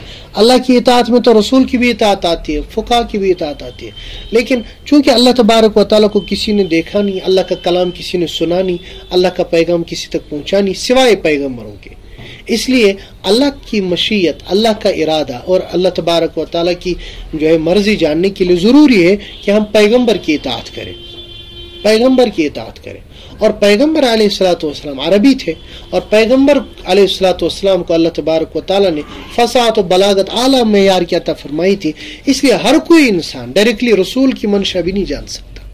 اس لیے ڈائریکٹلی انسان رسول اللہ صلی اللہ علیہ وسلم کی حدیث جان کر، رسول اللہ صلی اللہ علیہ وسلم کی زندگی پڑھ کر اپنے لیے زندگی کا نمونہ نہیں بنا سکتا۔ اس لیے فرمایا نہیں، اہل علم جو ہے، اولو الامر جو ہے، فقہا جو ہے، چونکہ وہ آپ ہی لوگوں میں سے ہوں گے، لیکن اللہ تبارک و تعالیٰ نے ان کو اجتہادی بصیرت عطا کی ہوگی، جس اجتہادی بصیرت سے وہ رسول صلی اللہ علیہ وسلم کی منشا اور رسول اللہ صلی اللہ علیہ وسلم کی مرضی جانیں گے، اور رسول اللہ صلی اللہ علیہ وسلم اللہ کی مرضی جانتے ہیں۔ تو اس لیے آپ فقہا کی اطاعت کریں، فقہا کی اطاعت سے رسول اللہ صلی اللہ علیہ وسلم کی اطاعت ہوگی، اور رسول اللہ صلی اللہ علیہ وسلم سے اللہ تبارک و تعالیٰ کی اطاعت ہوگی۔ اسی آیت کے اگلے حصے میں فرمایا فَإِن تَنَازَعْتُمْ فِي شَيْءٍ فَرُدُّوهُ إِلَى اللَّهِ وَالرَّسُولِ، کہ اگر کبھی کسی معاملے میں گڑبڑ ہو جائے، جھگڑا ہو جائے، تو اس کو لوٹاؤ اللہ اور اللہ کے رسول کی طرف۔ اس کا مطلب یہ ہے کہ آپ کو اس وقت اجتہاد کرنا ہے، یعنی کبھی آپ کے پاس کوئی مسئلہ آ گیا اور آپ کے پاس اس مسئلے کا حل نہیں ہے تو کیا کریں گے؟ اجتہاد کریں گے۔ لیکن اجتہاد کون کرے گا؟ ہر لولو پنجی نہیں، مجتہد اجتہاد کرے گا۔ مجتہدین اجتہاد کریں گے اور ہم ان مجتہدین کے اجتہاد پر عمل کریں گے۔ یہ اسلام کا ایک اصول ہے، اس سے اجتہاد کا ثبوت بھی معلوم ہوتا ہے۔ جی آگے جو ہے اور بھی آیتیں ہیں، ایک آیت ہے آیت نمبر 65 فلا وربک، بلکہ اس سے پہلے 64 آیت نمبر 64 آیت نمبر 64، اس میں اللہ تبارک و تعالیٰ نے ایک خاص واقعے کا ذکر فرمایا ہے، لیکن حکم اس کا عام ہے۔ حکم کیا ہے کہ اگر کبھی کسی بندے کے اوپر کوئی بندہ بڑا گناہوں میں مستغرق ہو جائے، بہت گناہ کرنے لگے، ظلم کرے اپنے آپ پر، اس کے بعد رسول اللہ صلی اللہ علیہ وسلم کی خدمت میں جائے۔ جب رسول اللہ صلی اللہ علیہ وسلم دنیا میں تھے تو ان کی خدمت میں جائے، اور اب رسول اللہ صلی اللہ علیہ وسلم کے روزے کے پاس جائے، فاستغفر اللہ، اور اللہ سے معافی مانگے، اور رسول اللہ صلی اللہ علیہ وسلم بھی ان کے لیے دعائے استغفار کریں، رسول اللہ صلی اللہ علیہ وسلم بھی ان کے لیے معافی مانگے، لوجد اللہ تواب الرحیم، تو اللہ تبارک و تعالیٰ ان کی اس توبہ کو قبول فرمائیں گے۔ اس کا مطلب یہ ہے، یہ جو قرآن پاک کی آیت ہے یہ آج بھی روز رسول پہ باہر لکھی ہوئی ہے کہ اگر آج کے زمانے میں بھی کوئی بندہ جائے روز اقدس کے پاس اور وہاں اللہ تبارک و تعالیٰ سے معافی مانگے، اور اللہ تبارک و تعالیٰ سے یہ بھی مانگے کہ اللہ یہ بات رسول اللہ صلی اللہ علیہ وسلم تک پہنچا، اور رسول اللہ صلی اللہ علیہ وسلم میرے لیے دعا کرے، تو وہ بھی رسول اللہ صلی اللہ علیہ وسلم اگر ان کے لیے پھر استغفار کریں گے تو اللہ تبارک و تعالیٰ ان کی توبہ قبول فرمائیں گے۔ اس کی انشاءاللہ مزید وضاحت اور بھی کبھی کریں گے۔ آگے آیت نمبر 65 ہے، اور وہ بھی ایک خاص موقع کی آیت ہے، لیکن حکم اس کا بھی عام ہے۔ ایک خاص موقع کیا ہے؟ ایک یہودی تھا اور ایک منافق تھا، ان کا آپس میں کسی مسئلے پہ جھگڑا ہو گیا۔ یہودی نے کہا ہم فیصلہ کریں گے محمد رسول اللہ صلی اللہ علیہ وسلم کے پاس، اور منافق بدبخت کہنے لگا نہیں، ہم کریں گے جو ہے ایک یہودی کے پاس، کعب بن اشرف کے پاس۔ عجیب مسلمان ہے، منافق تھا، بظاہر مسلمان تھا، تو بہرحال طے ہو گیا نہیں، چلو ٹھیک ہے محمد رسول اللہ صلی اللہ علیہ وسلم کے پاس جاتے۔ تو حضور نے فیصلہ فرمایا یہودی کے حق میں، یہودی کے حق میں۔ اس کے بعد وہاں سے نکلے، انہوں نے کہا یار مجھے لگتا ہے ایک اور چانس ہم مارتے، ہم حضرت عمر فاروق رضی اللہ تعالیٰ کے پاس جاتے۔ اور اس بدبخت منافق کے ذہن میں یہ تھا چونکہ حضرت عمر منافقین یہود وغیرہ کے بارے میں بڑے سخت تھے، اس لیے وہ میرے بارے میں فیصلہ کریں گے۔ حضرت عمر فاروق رضی اللہ تعالیٰ کے پاس جب چلے گئے، حضرت عمر فاروق رضی اللہ تعالیٰ جب باہر نکلے تو انہوں نے مسئلہ سنایا، تو اس یہودی نے کہا اے عمر ہم آپ سے پہلے محمد رسول اللہ صلی اللہ علیہ وسلم کے پاس گئے تھے، انہوں نے میرے حق میں فیصلہ۔ تو حضرت عمر نے فرمایا کوئی بات نہیں، رکے وہ۔ حضرت عمر اندر چلے گئے، اندر سے تلوار لائی اور اس منافق کا سر قلم کر دیا۔ فرمایا جو رسول اللہ صلی اللہ علیہ وسلم کے فیصلے کو قبول نہیں کرتا اس کا فیصلہ پھر میری تلوار کرتی ہے۔ اس کو قرآن نے بیان کیا، فلا وربک، قسم تیرے رب کی، لا یؤمنون، تب تک یہ ایمان والے ہو ہی نہیں سکتے، حتی یحکموک، یہاں تک کہ آپ کو فیصل مانے، آپ کو قاضی مانے، فیما شجر بینہم، اپنے اختلافی مسائل میں، آپ کے درمیان جو بھی مسئلہ ہوگا، جو بھی اختلاف ہوا، فیصلہ حضور کا چلے گا۔ اگر کوئی رسول اللہ صلی اللہ علیہ وسلم کا فیصلہ نہیں مانتا فرمایا وہ ایمان والا ہی نہیں۔ اور یہ رسول اللہ صلی اللہ علیہ وسلم کے زمانے میں بھی ہے اور حضور کے بعد بھی۔ اچھا آگے اتنا ہی نہیں، فرمایا ثم لا یجدوا فی انفسہم حرجا مما قضیت، آپ کا فیصلہ جب ہو جائے تو ممکن ہے ایک کے خلاف ہوگا، تو جس کے خلاف ہوا ہے وہ بھی اپنے دل میں حضور کے خلاف کچھ تنگی نہ رکھے۔ اگر ایسا رکھا تو پھر مسلمان ہی نہیں ہے۔ سلموا ویسلموا تسلیما، ان کو ٹوٹلی سرنڈر کرنا ہے حضور کے پاس۔ اس کا مطلب یہ ہے رسول اللہ صلی اللہ علیہ وسلم کا فیصلہ ہر انسان کو ہر حالت میں منظور ہونا چاہیے۔ آگے جو ہے آیت نمبر 69 میں رسول اللہ صلی اللہ علیہ وسلم کے ساتھ ساتھ جو انعام یافتہ لوگ ہیں، یعنی جن پر اللہ نے انعام کیا ہے، ان کا ذکر فرمایا النبیین، الصدیقین، الشہداء، الصالحین۔ ایک تو نبیوں کی جماعت ہے، صدیقین کی جماعت ہے، شہداء کی جماعت ہے، صالحین کی جماعت ہے۔ دیکھیے بھائی، پیغمبر تو ہمیشہ نہیں رہیں گے، پیغمبروں کا ایک خاص زمانہ ہوتا ہے۔ صدیقین صحابہ اس سے مراد ہے، وہ بھی ہمیشہ نہیں رہیں گے، اس لیے پیغمبر کے زمانے میں تو پیغمبر، ان کے بعد پھر صحابہ کے بعد فرمایا شہداء، اور شہداء چونکہ شہید ہو گئے، آپ کیسے ان تک پہنچیں گے؟ ہم ان سے کیا کریں؟ اس لیے آگے فرمایا صالحین۔ تو ہر علاقے کے جو نیک صالح لوگ ہیں وہ انعام یافتہ ہے، انسان کو ان کی اتباع کرنی چاہیے، ان کی اطاعت کرنی چاہیے، یہ مطلب ہے۔ وحسن اولئک رفیقا، یہی لوگ ہیں جن کے ساتھ رہنا انسان کے لیے بہت ہی اچھا ہے، بہت ہی بہتر ہے، یعنی بہترین ساتھی یہی لوگ ہیں۔ پیغمبر کے زمانے میں پیغمبروں کی صحبت، صحابہ کے زمانے میں صحابہ کی صحبت، شہداء کے زمانے میں اور جب وہ نہیں ہوں گے تو صالحین کی صحبت۔ آگے پھر اللہ تبارک و تعالی نے قتال، جہاد کا ذکر فرمایا، اور الگ الگ طریقے سے ذکر فرمایا، اور تقریباً 2-3 رکوع تک صرف جہاد ہی کا تذکرہ ہے، الگ الگ طریقے سے۔ چنانچہ آیت نمبر 75 میں فرمایا وَمَا لَكُمْ لَا تُقَاتِلُونَ فِي سَبِيلِ اللَّهِ، تمہیں ہو کیا گیا ہے تم اللہ کی راہ میں جہاد نہیں کرتے، وَالْمُسْتَضْعَفِينَ مِنَ الرِّجَالِ وَالنِّسَاءِ وَالْوِلْدَانِ، حالانکہ بہت سارے مرد، بہت ساری عورتیں، بہت سارے بچے ایسے ہیں جو ان ظالموں کے شکنجے میں ہیں، اور وہ دعا بھی کرتے رہتے ہیں ربنا اخرجنا من هذه القرية الظالم اهلها، اے اللہ یہ جو بستی ہے جہاں کے رہنے والے ظالم ہیں، ہم پر ظلم کرتے، اس بستی سے ہمیں نکال دے۔ یعنی اس میں مسلمانوں کو ان کمزوروں اور ان مظلوموں کی مدد کرنے کا حکم بیان فرمایا ہے جو خود اپنی مدد نہیں کر سکتے، جو خود اپنی طرف سے لڑ نہیں سکتے۔ تو میں نے اس سے پہلے بھی ذکر کیا تھا، اگر کوئی مسلم علاقہ ہے، اس مسلم علاقے کے اوپر کوئی جو ہے کفار مسلط ہو جائے تو سب سے پہلے تو اس مسلم علاقے کے اوپر جہاد فرض ہو جاتا ہے۔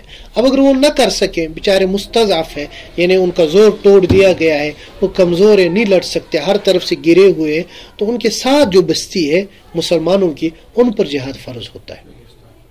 اور اگر وہ بھی نہ کرے چنانچہ علماء نے لکھا ہے کہ دنیا کے آخری حصے تک یہ جہاد متعدی ہوتا جائے گا، آخری جو بستی ہوگی اگر وہاں مسلمان بستی ہے ان پر جہاد فرض ہے، ان کی مدد کرنا۔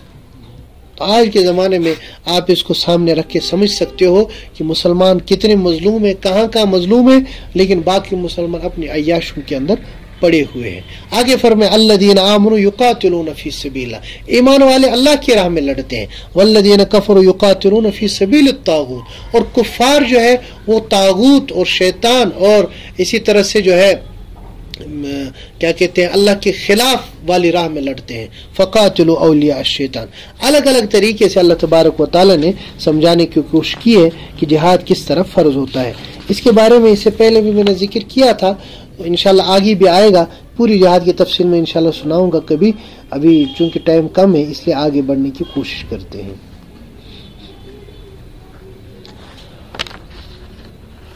آگے پھر منافقین کا تذکرہ ہے تفصیل کے ساتھ۔ میں نے ذکر کیا اللہ تبارک و تعالی نے پہل تو ان کے اوپر پردہ ہی رکھا تھا، ان کو نا ایکسپوز نہیں کیا، لیکن پھر آہستہ جب ان کی سرکشی بڑھی، ان کا حسد بڑھا اور ان کی جو ہے وہ سازشیں بڑھی، پھر اللہ تعالیٰ نے ان کو پورا ایکسپوز فرمایا فما لکم فی المنافقین فئتین واللہ ارکسہم بما کسبوا، تمہیں 2 جماعتیں نہیں ہونی چاہیے منافقین کے بارے میں، منافقین کے بارے میں تمہیں یکلخت ہونا چاہیے، ایک زبان ہونا چاہیے، سب ان کے خلاف ہونے چاہیے، یہ پورا اس کا ذکر فرمایا۔ اس کے بعد پھر اگر کبھی کوئی ایمان والا کسی دوسرے ایمان والے کو قتل کر دے تو اس سے کیا فرق، اس سے کیا ہوگا، اس کا کیا حکم ہے، اس کا ذکر آگے آیت نمبر 92-93 میں بیان فرمایا۔ چنانچہ یاد رکھنا چاہیے اگر کوئی بندہ کسی دوسرے ایمان والے کو جان بوجھ کر قتل کرتا ہے تو ایک تو اس بندے کو جس نے جان بوجھ کر قتل کیا ہے، ایک تو اس کو قصاصاً قتل کیا جائے گا، یعنی بدلے میں قتل کیا۔ دوسرا قرآن کہتا ہے فجزاؤہ جہنم، اس کی جزا جہنم ہے، ہمیشہ جہنم میں رہے گا، اللہ کا غضب اس پر نازل ہوگا، اللہ کی لعنت اس کے لیے ہوگی، اور اللہ نے اس کے لیے بہت بڑا عذاب رکھا ہے۔ اس کا تو مطلب یہ کہ ایک ایمان والے کی اللہ تبارک و تعالیٰ کی یہاں کیا قیمت ہے کہ اگر ایک بندے نے اس کو، بلکہ ایک حدیث سے پتہ چلتا ہے اگر پوری دنیا ایک ایمان والے کے قتل میں شریک تھی تو پوری دنیا سے قصاص لیا جائے گا، پوری دنیا سے. اچھا جی، اب اگر جان بوجھ کر نہیں کیا ہے، بس یہ ہو گیا انہیں غلطی سے ہو گیا ہے، ساہون مثال شکار پہ گولی چلا رہا تھا، شکار کے بجائے انسان پہ لگا، وہ مسلمان تھا یا کوئی بھی تھا یا آپ کے یہاں رہنے والا کوئی غیر مسلم تھا، تو اس کے بارے میں فرمایا فتحریر رقبۃ مومنہ، ایک تو غلام کو آزاد کرنا ہے. میں نے بتایا نا اسلام نے کوشش کی ہے ہر حکم میں، قسم کھاؤ، قسم پھر قسم کھانے کے بعد اس کو توڑو، یعنی کبھی ٹوٹ گئی قسم تو فرمایا غلام آزاد کرو. اسی طرح کبھی کسی کا قتل ہو، غلام آزاد کرو. اسی طرح کسی کو کبھی اور کچھ گڑبڑ ہوئی، فرمایا غلام آزاد، یعنی کہیں سے کوشش کرو غلام آزاد ہو جائے. اور دوسرا فرمایا اس کو فدیہ دینا ہے، یعنی دیت اس کو دینی ہے، خون بہا، کمپنسیشن دینا ہے. یہ کمپنسیشن کتنا ہوگا؟ 100 اونٹ. 100 اونٹ اس زمانے میں تھے، 100 اونٹ. اور اگر درہم دینا چاہتا ہے، سلور کوئنز 10,000 درہم دے دے. اور اگر گولڈن کوئنز دینا چاہتا ہے، دینار جس کو کہتے ہیں، وہ 1,000 دینار. پونڈ 1,000 پونڈ دینے. اچھا کیا کریں جی. تو بہرحال یعنی کوئی قیمت نہیں ہے، البتہ اب اس کے جو پیچھے رہنے والے پسماندگان ہیں ان کے لیے کمپنسیشن ہے، تھوڑا ان کو مالی فائدہ ہوگا، باقی انسان کی کیا قیمت ہو سکتی ہے. جی آگے پھر اللہ تبارک و تعالیٰ نے ہجرت کا تذکرہ فرمایا. یہ ہجرت یہ بھی جہاد ہی کا ایک حصہ ہے. جہاد جس طرح فرض ہوتی ہے، ہجرت بھی بعض اوقات فرض ہوتی ہے. ہجرت ہوتی کیا ہے؟ اگر آپ کسی غیر مسلم علاقے میں رہ رہے، ایسے علاقے میں رہ رہے جہاں آپ کو اسلام پر عمل کرنے کی اجازت نہیں دی جا رہی ہے، اس علاقے کو چھوڑ کر ایسے علاقے میں جانا جہاں پہ اسلام پر چلنے کی آپ کو مکمل آزادی، اس کو ہجرت کہتے ہیں. چنانچہ جب رسول اللہ صلی اللہ علیہ وسلم مکہ میں پریشان کیے گئے اور وہاں پہ دین پر چلنے کی اجازت نہیں دی گئی تو اللہ تبارک و تعالیٰ نے مدینہ طیبہ ہجرت مسلمانوں کے اوپر فرض فرمائی. اس سے پہلے ہجرت حبشہ بھی تھی، البتہ وہ آپشنل تھی، لیکن مدینہ کی ہجرت جو ہے یہ فرض فرمائی گئی. اور جو لوگ نہ کرے ان کو بڑا سخت سست فرمایا گیا اور ان کے لیے بڑی سخت وعید بیان فرمائی. فرمایا فَأُولَٰئِكَ مَأْوَاهُمْ جہنم، ایسے لوگوں کا ٹھکانہ جہنم ہے. کیونکہ جس طرح جہاد فرض ہوتا ہے میں نے ذکر کیا، اسی طرح کبھی کبھی ہجرت بھی فرض. ہجرت سے کیا ہوگا؟ ہجرت سے کبھی نقصان نہیں ہوتا. جو مہاجرین ہیں جنہوں نے ہجرت کی ہے ان کا کبھی نقصان نہیں ہوا ہے. اللہ تبارک و تعالیٰ نے ان کو دینی طور پر بھی اور دنیاوی طور پر بھی ہر حال میں ساؤنڈ رکھا ہوتا ہے. ان کو اللہ تبارک و تعالیٰ ہر حالت میں اچھا رکھتے ہیں.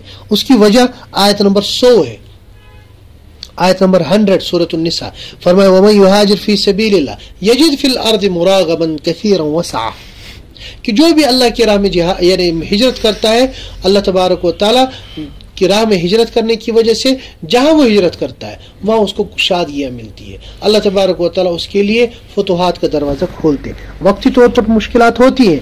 اب جہاد اور ہجرت ہی کے موقع پر چونکہ انسان کو سفر کرنا پڑتا ہے تو فرمایا بھائی کبھی سفر کرو تو سفر کی وجہ سے تمہیں چونکہ سفر ہوگا لہٰذا وہاں پہ نماز قصر کرنی ہے، نماز پوری نہیں پڑھنی ہے.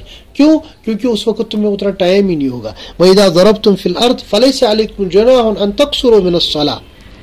تو اس سے یہ صرف جہاد اور ہجرت پہ نہیں ہے، عام حالات میں بھی آپ سفر کر رہے ہیں. میں نے اس سے پہلے بھی کہا تھا 80 کلومیٹر دور آپ گھر سے جا رہے ہیں تو لیکن سٹی چھوڑ کے، سٹی کو یعنی گھر سے تو 80 کلومیٹر مانا جائے گا، لیکن جیسے یہاں سے آپ کو جانا ہے، کہاں جانا ہے؟ پہلگام. چلو پہلگام ہی جاؤ. یہاں سے پہلگام ہوگا کم از کم 100 کلومیٹر. اب یہاں سے آپ چلیں گے تو پانتا چوک تک، چونکہ منسپل ایریا آتا ہے آپ کا سری نگر کا، تو جہاں جہاں منسپل ایریاز ہے تو وہاں منسپل ایریا کو کراس کرنے کے بعد آپ اپنی قصر شروع کریں گے. شرط یہ ہے کہ 80 کلومیٹر دور آپ کو جانا ہو. لیکن قصر کہاں سے شروع کریں گے آپ؟ پانتا چوک کے بعد. اسی طرح ہاں اپنا شہر چھوڑ کے. اگر گاؤں میں رہ رہے ہیں آپ تو گاؤں کی جو حدود ہوتی ہے یعنی گاؤں کے باہر جو زمینیں ہوتی ہے ان زمینوں کو چھوڑنے کے بعد آپ قصر شروع کر سکتے ہیں. اور شرط دوسری ہے کہ آپ کو وہاں پہ 15 دن نہ رکنا ہو. آپ کو 15 دن سے کم رکنا ہو تب آپ پوری نماز پڑھیں گے. اگر 15 دن آپ کو رکنا ہے, اگر 15 دن سے کم رکنا ہے تو پھر اس صورت میں آپ کو قصر کرنی ہے. آگے اس کے فوراً بعد آیت نمبر 102 میں صلاۃ الخوف کا ذکر فرمایا. جہاد اور ہجرت ہی کے موقع پر صلاۃ الخوف کی ضرورت پڑتی ہے. صلاۃ الخوف کا مطلب سامنے جو ہے کفار ہیں, ان سے آپ لڑ رہے ہیں اور لڑتے لڑتے ایسا موقع ہی نہیں ہے کہ آپ اپنا محاذ چھوڑ جائیں اور نماز کے لیے جائیں. اس صورت میں فرمایا نماز اس حالت میں بھی فرض ہے, لیکن صورت یہ ہوگی کہ ایک امام کو رکھا جائے گا, امام صاحب کچھ لوگوں کو نماز پڑھائیں گے, وہ کچھ لوگ نماز پڑھیں گے, باقی لوگ تب تک جہاد کرتے رہیں گے. جب وہ نماز پڑھیں گے تو ان کی جماعت ایک رکعت, جیسے 2 رکعت والی نماز ہے, 1 رکعت پڑھ کے واپس آئے گی محاذ پہ, اور یہ جو لڑ رہے تھے یہ اب نکلیں گے, اب وہ لڑنا شروع کریں گے اور یہ دوسری رکعت امام صاحب کے ساتھ پڑھیں گے. امام صاحب دوسری کے بعد سلام پھیرے گا, تو اب یہ جو لوگ ہیں جو دوبارہ گئے تھے دوسری مرتبہ وہ دوسری رکعت پڑھیں گے اور دوسری کے بعد پھر پہلی دہرائیں گے, پھر سلام پھر کے آئیں گے, پھر جو پہلے والے ہیں وہ پہلی رکعت پڑھنے کے لیے جائیں گے. لیکن یہ تب ہے جب امام ایک ہی ہو. اگر امام بہت سارے ہیں تو ایک گروپ الگ جا کے اپنی نماز پوری کر سکتا ہے, اپنی نماز وہ پوری کرے, پھر وہ گروپ آئے وہ لڑے, اور وہ جو ہے نماز پڑھنے والے ہیں وہ نماز پڑھنے جائے, وہ پڑھ کے آ جائے, پھر یہ والا جائے تو اس کو. اور یہاں پہ ہتھیار, یہ سب ہتھیاروں سمیت ان کو نماز پڑھنی ہے, وہ پاؤچ ان کو نکالنا نہیں ہے. فرمایا وَلْيَأْخُذُوا أَسْلِحَتَهُمْ, وہ ہتھیاروں کے ساتھ نماز پڑھے. وَلْيَأْخُذُوا حِذْرَهُمْ وَأَسْلِحَتَهُمْ, یعنی سارا ویپن وغیرہ ان کو ساتھ رکھنا ہے, وہ پرابلم نہیں. بلکہ جوتے بھی, ان کو جوتے بھی لگا کے نماز پڑھنی ہے. ہاں شرط یہ ہے کہ ناپاک نہ ہو جوتے. جی تو یہ پورا مضمون اللہ تبارک و تعالی نے بیان فرمایا ہے, اور یہ سارا کا سارا مضمون جو ہے تقریباً اس کے ثلث تک ہوتا ہے, ثلاثہ جس کو کہتے ہیں ثلاثہ تک ہوتا ہے. اس کے بعد دوسرا مضمون ہے وہ انشاءاللہ کل کے سبق میں بیان کریں گے. اللہ تعالیٰ کے سننے سے زیادہ عمل کی توفیق عطا فرمائے. وآخر دعوانا الحمدللہ رب العالمین.